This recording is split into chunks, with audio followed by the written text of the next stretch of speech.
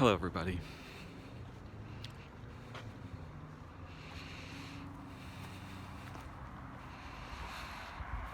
The world is changing in ways many of us have long expected or predicted, but nearly none of us have ever experienced. I'm here in the little garden near my home, and unfortunately, there's not much I can do about the traffic noise. The sound of machines in my life has long been a cruel kind of music that drowns out the vastly more intelligent signals and conversations of living beings and living places. One of the things I perhaps most peculiarly despise is when machines emit sounds that have been engineered by humans, or perhaps are recordings of living beings or places. I'm not a fan of machines. In fact, I am a Luddite. Someone has cut off the flowers of the sage plant, as you can see here. One of my favorite plants. And this looks like it was done by people who call themselves gardeners. If we were to cut off your flowers, or my flowers, then I think we'd both feel that we'd been cruelly deprived of something fundamental. But this is an excellent example of this very common human propensity to cruelly regularize things, right? To make these little boxes, which I've spoken about before, and which my friend Ryan Firstdiver was kind enough to alert me to the existence of, the incredible, staggering ubiquity of rectangles in our lives. The thing I am making this video on right now is one of those things. The thing you will watch it on is one of those things, a rectangle. A shape that occurs nearly nowhere in the natural world, and might be properly understood as the fundamental fingerprint of a lethal overlay that is the result, I think, of something we might perceive as our relationship with representational intelligence, with language, with ideas, with the peculiar character of some aspects we know to be at least associated with our left hemispheres. And here I will reference the book I am so grateful was written by someone else, who thus rescued me from having to write it. Ian McGilchrist's book, The Master and His Emissary. This is a book by a neuroscientist on hemispheric lateralization. And certainly we are in early days of understanding hemispheric lateralization. But one of its results is a world like this one,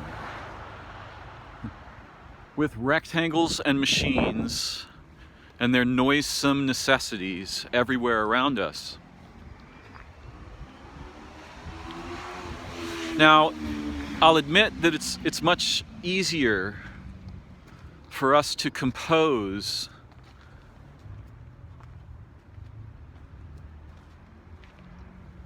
rectangles than it is to compose irregular, circular, organic shapes like these. Yeah? It's vastly simpler, and you know, there's some aspect of our modern minds that is hungry for the absence of the messiness of organism.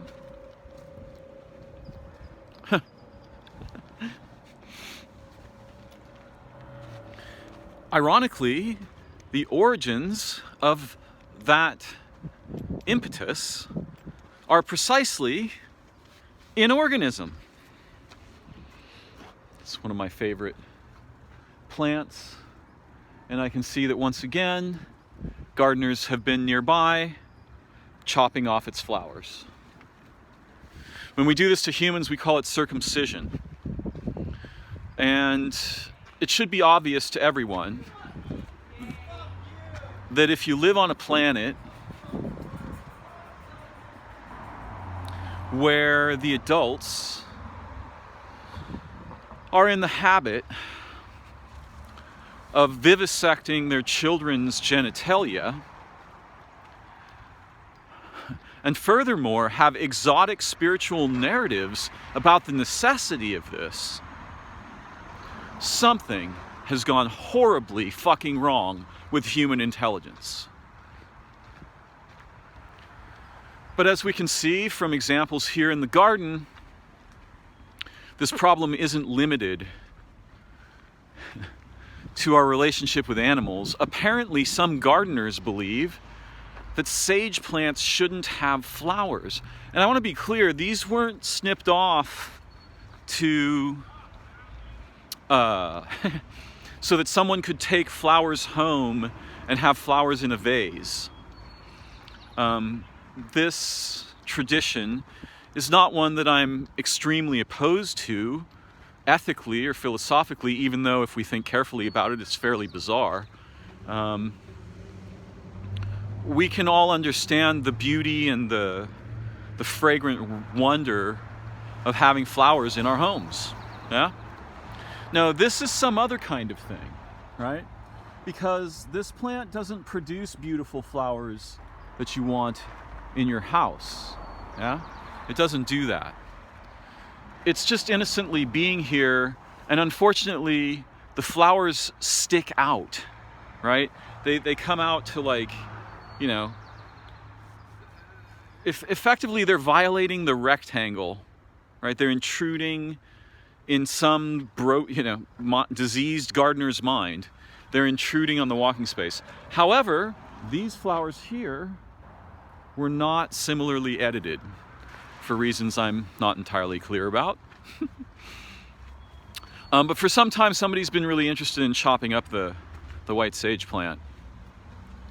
And I suspect some form of damage to their intelligence or, their minds. I'm going to walk across the street to a vacant lot, which often it's owned by someone. And it's really bizarre that in a place where land is a commodity and is so incredibly valuable, that there would be this vacant lot here, but there is one, right?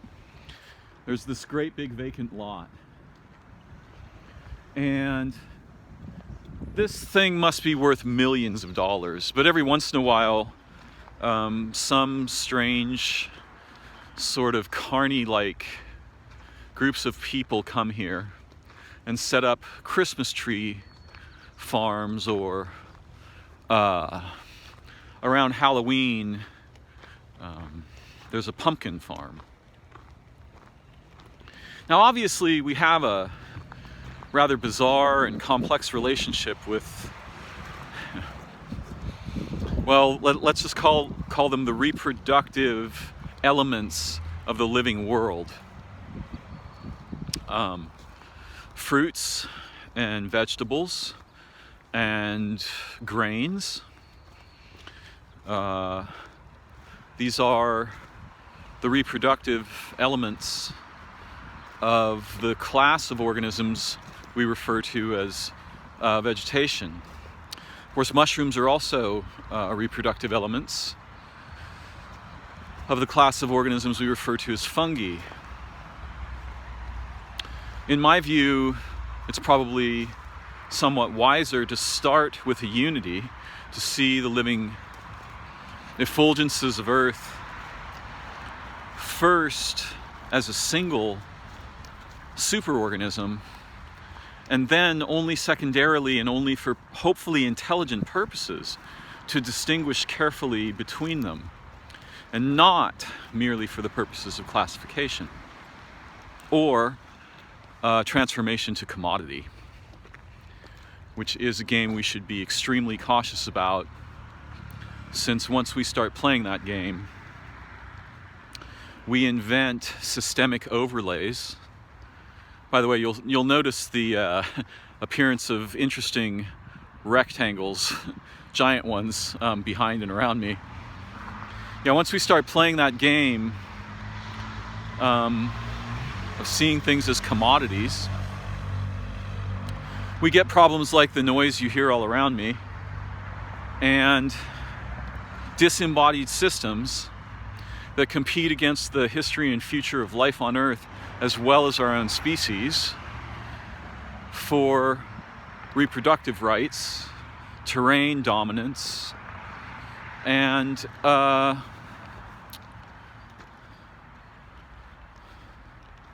successful self-propagation. Now, today, the reason that I'm making this video right now is that I'm kind of on fire at the moment. Of course, if you will come to me with an interesting question or just the hope that we might explore together, you'll probably find me on fire. It doesn't mean I'm always on fire. When I'm by myself, it may or may not be true of me. But for the moment I am, because I was listening to a podcast on The Portal, hosted by Eric Weinstein, with a man who, hopefully I can remember his name correctly, I believe his name is David Schmachtenberger. One of the most intelligent people I've ever heard speak. Really, really refreshingly brilliant in his particular fields of expertise and understanding and concern. And I think that podcast number 27 was on how to avoid apocalypse. Now, in a way, that sound that just passed me is a kind of apocalypse, right? For the moment, it destroyed everything. It completely invades my physical senses. And I'll admit that I'm perhaps more sensitive than your average Joe or Jane. But I'm not so ridiculously sensitive that I can't continue to pursue my life, or that my heart will stop beating, or that I'll immediately start crying when I hear that sound.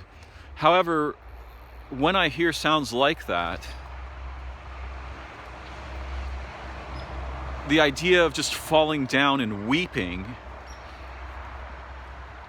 seems to me completely commensurate with what's actually going on, because that is the sound of something that obliterates the foundations of life on Earth, its histories, its futures. That is the sound of oblivion. And Eric Weinstein, the host of his podcast The Portal, is a truly brilliant guy. Very obvious. Listen to him for 10 minutes and you'll be able to tell. With whom I disagree about all kinds of fundamental things. I don't really think those are important for me to sketch or frame at the moment. Rather, what I'd like to talk about is why those two brilliant men, and I encourage you to listen to this podcast if you find any of these topics interesting, maybe even if you don't. They're trying to understand an array of phenomena that are indeed quite puzzling. How our species got into the incredibly sophisticated, ironic predicament.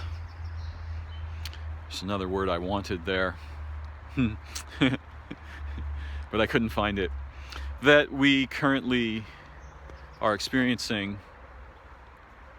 And of course, we've been experiencing this predicament for a long time. What's happening now is relatively severe ramifications of our predicament have come home to roost.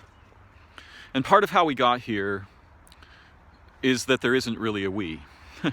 In fact, the monster that exists in the place that our collectivity might otherwise exist is a golem-like construct that is absolutely motivated by a process where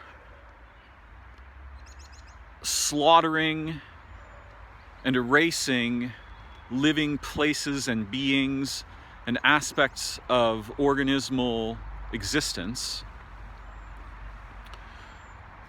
is hidden, right? Sort of pushed off to the side, and is turned into commodities like profit or power, money. And this strange predicament is the result of peculiar aspects of our formerly representational cognitive habits, right? I have to check something here just a moment.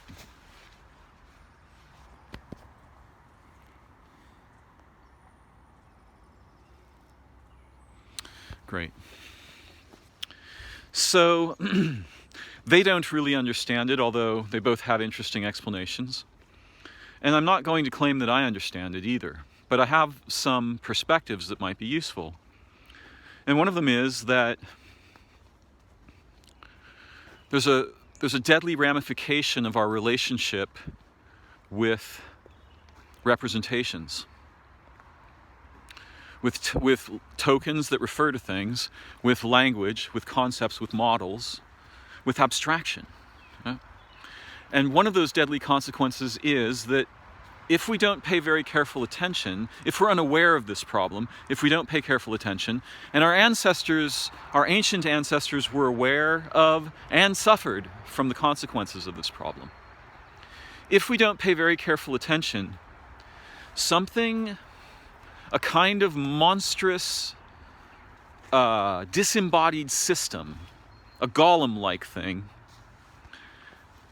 inhabits, takes over, dominates the space of the between of us that otherwise would host our intelligent, sensitive, humane, skillful, noble humanity. Those aspects of our humanity that qualify for those adjectives. And no one understands this, and people are busy blaming each other or some faction or the devil or whatever you like, right, for this problem, which has been with humanity since at least we became an animal capable of making words. Yeah.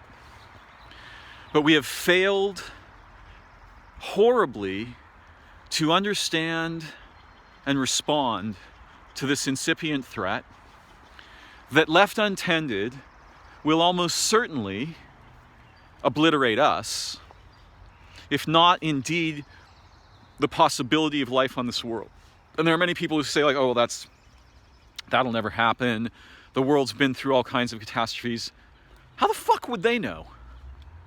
The fact that it didn't happen before doesn't mean it won't happen now. Planets can die. A cell can be lysed.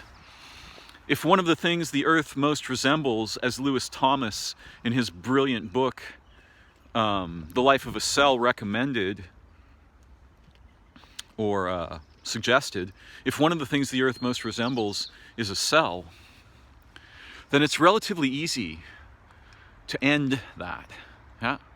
And in modern times where we face threats like, I mean, we've been facing nuclear weapons for a long time. There are biotechnological threats like CRISPR, that's C-R-I-S-P-R, for those of you who don't know anything about that, feel free to take a moment and look it up.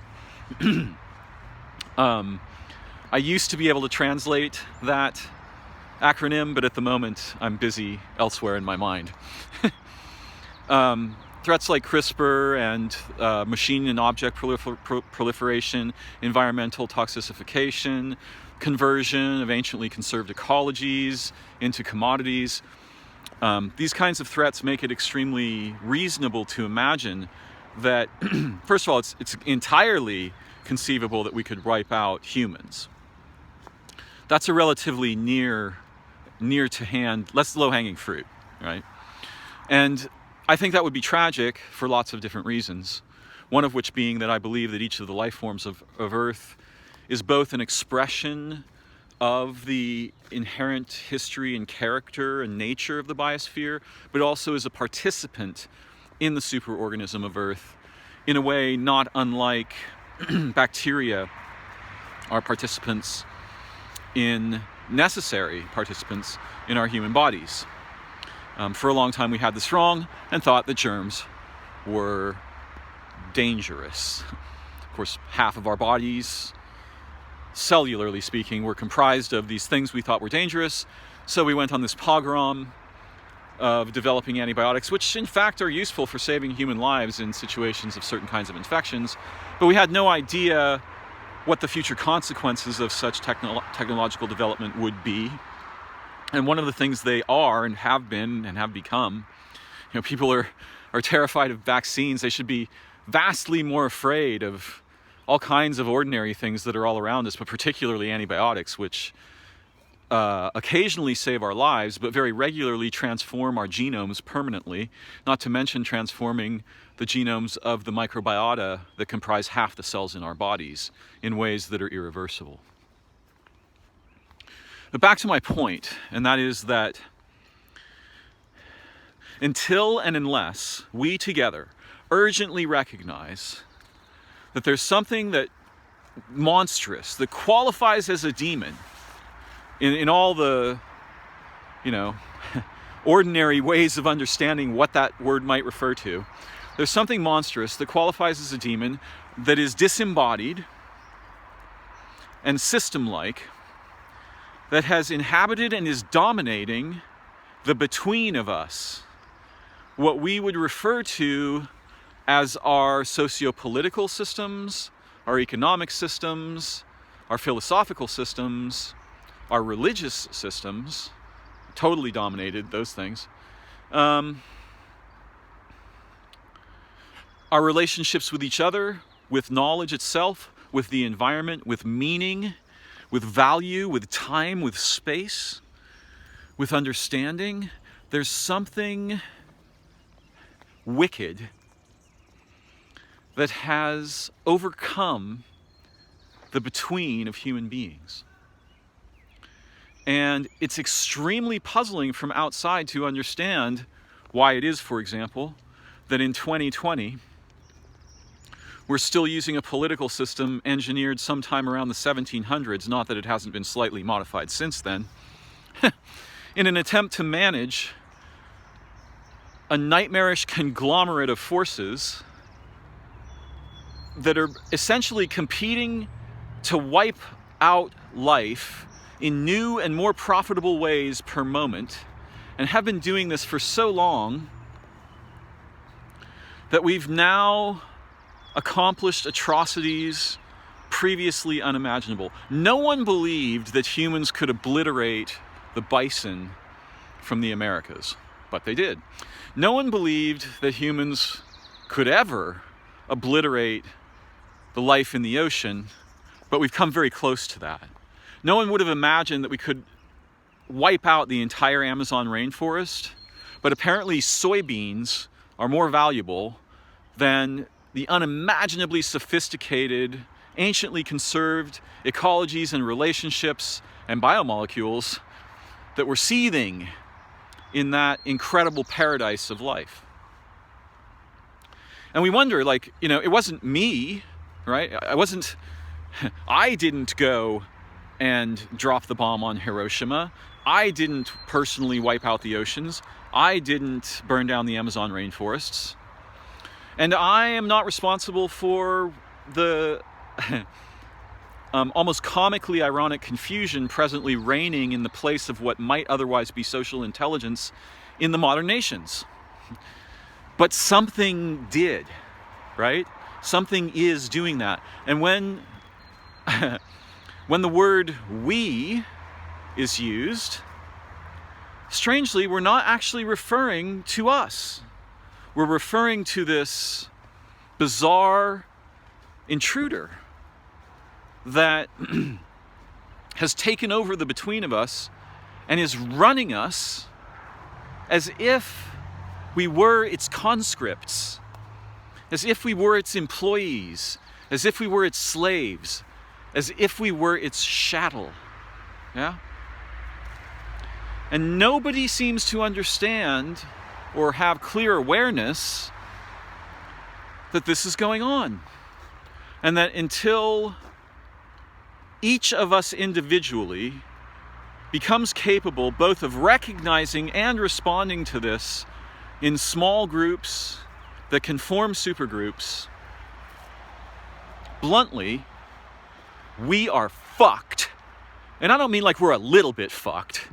I mean ambient waves of cascading catastrophe are going to continuously be dropped on those of us who manage to fucking survive the next goddamn 10 minutes. That's what I mean. We are fucked. If we can't make together a move that results in the capacity for humans to assemble intelligent, humane, skillful societies, then that thing, that parasitic anti-being that is presently dominating our collectivity, will wipe us out, own us, and reduce the heroic lives and dreams and work and sweat and suffering, not merely of our ancestors, but of all of life on earth, to a fucking ash heap. And it will sit there grinning atop it. And I'm not making a metaphysical argument. I'm not trying to claim there are demons. I'm saying that where there are humans in unconscious collectivity, as we are, something either resembling a demon or worse arises. And when we pay no attention and pretend some other thing is happening, then over time, that disembodied repercussion of our absence from intentional, intelligent collectivity becomes demonic in the malignant sense of that word. Yes, there are other senses of that word. There are senses that refer, for example, to something resembling the personal or collective genius, the spirit of prodigy. This word didn't always indicate a malignant spiritual force. But if you want to understand why we are where we are, then just understand that as our species has sped intentionally away from intelligent collectivity toward technologies and of abstraction and abstract commodification of living beings and systems and processes and relationships, in the void thus produced emerged a monster. And it doesn't have to be a being, right? It can be nothing more than the absence of our of integrity in the between of our relationships and our humanity, in the between of our own hearts and our intellects. Yeah? And we've seen over and over again throughout history examples of the repercussions of ignoring this. Yet our species as a whole has failed to recognize the absolute urgency and immediacy of the problem. Its incredible ambience, it's shot through everything we do and are involved with. But particularly, perhaps, two things: money and politics.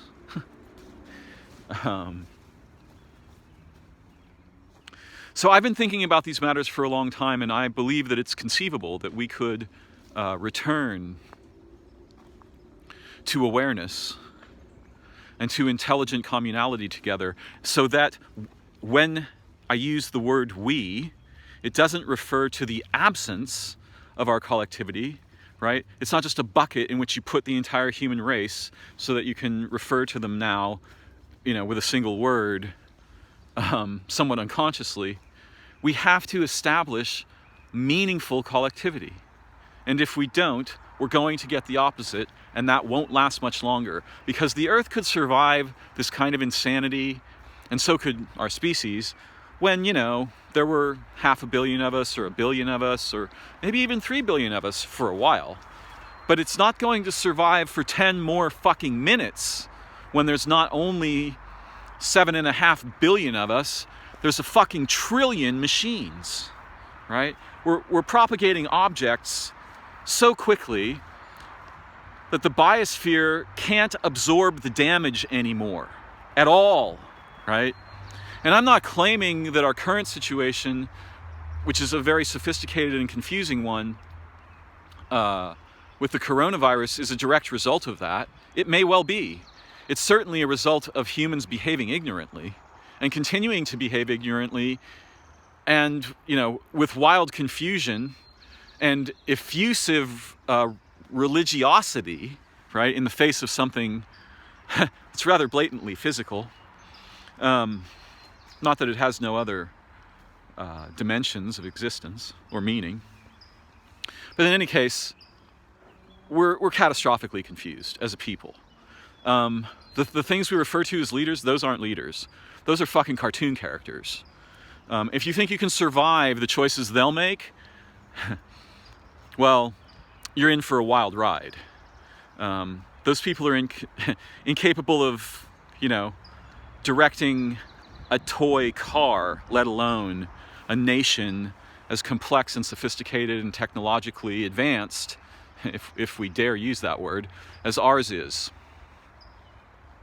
So I'm trying to offer an explanation here and a path forward, right? I'm saying that much like we are concerned that our bodies may be invaded by a virus which is not exactly a living thing, what it is, in a way, is a little particle of something that turns living cells into little particle factories.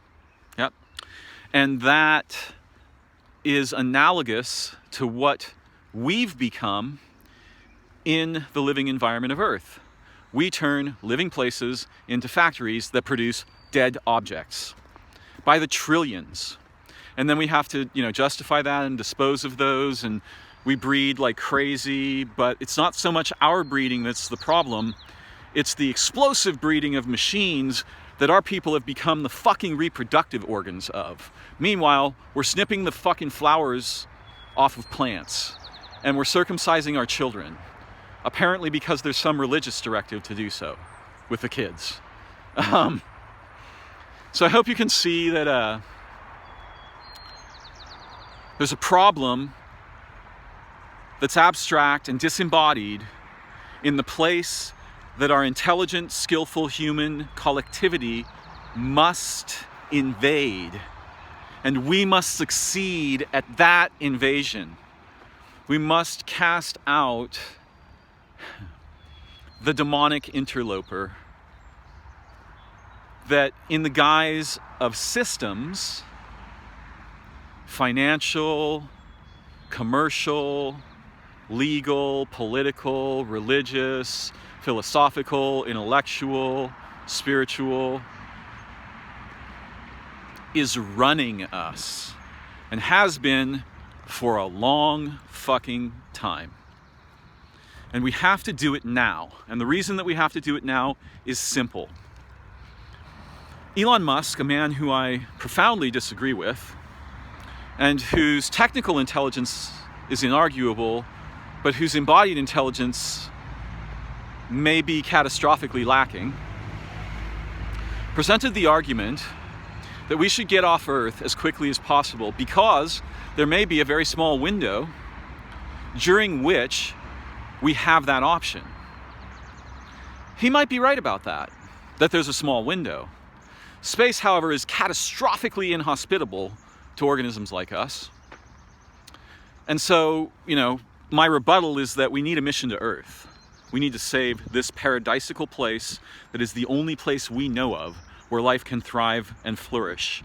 Life, complex animal life, and sophisticated ecological life. We need to rescue this place. Never mind believing we can escape the shitstorm we've initiated here by going to Mars. But what I would argue is something not dissimilar. We may have an extremely narrow window during which we have the capacity to establish something resembling intelligent human collectivity. For the moment, we still have that capacity. If we do it now, together, if we make that a priority, we can certainly accomplish it. We got humans to the moon. We can get humans to intelligent collectivity on Earth today. But that window could be very narrow, and I suspect it is.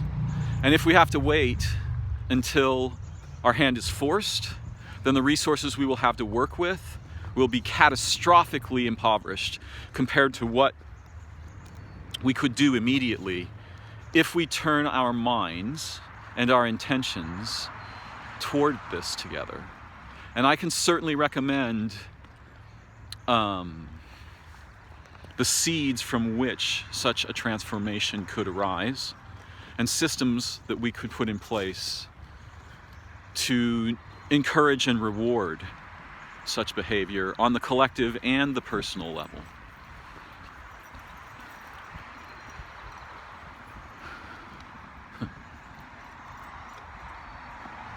Clouds are exquisite. Sky is beautiful. And many of these flowers have not yet had their genitalia snipped off. One of the reasons I'm so passionate about this topic is that it's my perspective and understanding, and I can support this, that we undergo the cognitive and relational version of circumcision. We have our intimate relational capacities circumcised,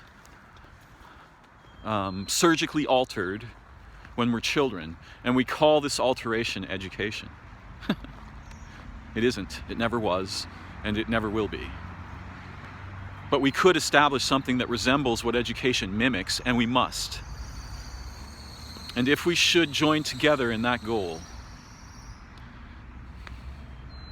then at least we'll have the chance to understand something resembling the true potential of our human births and the nobilities associated with our humanity, the virtues associated with our humanity. And that's an experience that every human being deserves access to, deserves to know firsthand. And so for now, with these thoughts urgently in mind, I'll wish you health and safety. I'll wish you every blessing. Bye-bye for now.